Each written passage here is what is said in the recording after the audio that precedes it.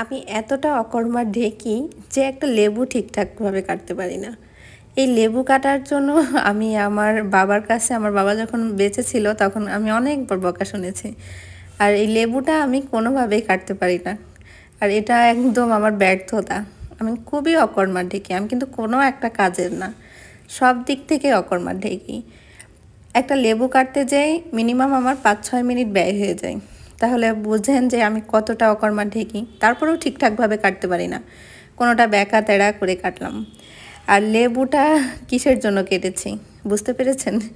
এখন আমি একটা লেমন কেক তৈরি করেছি, আর লেমন কেকের মধ্যে লেবুটা তো অবশ্যই লাগবে। আর এমন একটা দিনে লেমন কেকের অর্ডার এসেছে যে বাসায় কোনো লেবুই নাই। পরে কি করব, নিচতলার ভাবির কাছ থেকে একটা লেবু ধার করে নিয়ে এসে আমি কেকটা করলাম। অবশ্য ধার না, ভাবির কাছে বলা মাত্র ভাবি দিয়েছে। আর সেই লেবুটা দিয়েই আপাতত কেকের কাজটা কমপ্লিট করলাম। কেকটা ছিল 1.5 পাউন্ডের লেমন ফ্লেভারের কেক। অর্ডার ছিল 1 পাউন্ডের, সব সময় হয়ে যায় 1.5 পাউন্ডের। কেন জানি না, আমি কোনোভাবে 1 পাউন্ড করতে পারি না। যাই হোক, কেকের ডিজাইনটা আমি এর আগে একটা কেক করেছিলাম, সেম ডিজাইনেরই করার কথা ছিল, আমি একটু আলাদা করে দিয়েছি। নিচে যে শিউলি ফুল টাইপের ওই ফুলটা একটু ইউনিক করে দিয়েছি। আর লেবুটাকে বসিয়ে দিচ্ছি। বড় সাইজের লেবু, ছোট সাইজের লেবু নাই, এজন্য বড় সাইজের লেবুই বসিয়ে দিয়েছি। মনে হচ্ছে যে লেমন কেকের 2টা কান বের হয়েছে, এমন দেখা যাচ্ছে। ছোট সাইজের লেবু থাকলে পরে ডিজাইনটা সুন্দর মতো করে দেওয়া যেত, কিন্তু লেবুই তো বাসায় নেই। যাই হোক, লেবু বাসায় নেই তাই কি, যে লেবুটা পেয়েছি সেই লেবুটাতেই কাজ সেরে নিলাম।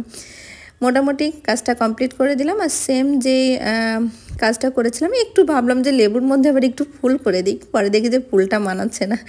এই তো অবস্থা। আর তারপরে লেখার মধ্যেও একটু ভুলভাল করি, মানে লেখাটা একটু সুন্দরভাবে ফুটিয়ে তোলার চেষ্টা করি। তারপরেও যদি না হয় তখন কি মনে হয় জানেন, যে পুরো কেকটাই নষ্ট করে ফেলে দিই। কারণ একটা কেকের সৌন্দর্য আমার মনে হয় লেখাতেই বেশি ফুটে ওঠে।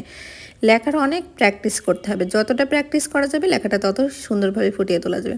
যেমনটা করতে চেয়েছিলাম মোটেও কিন্তু লেখাটা তেমন হয়নি।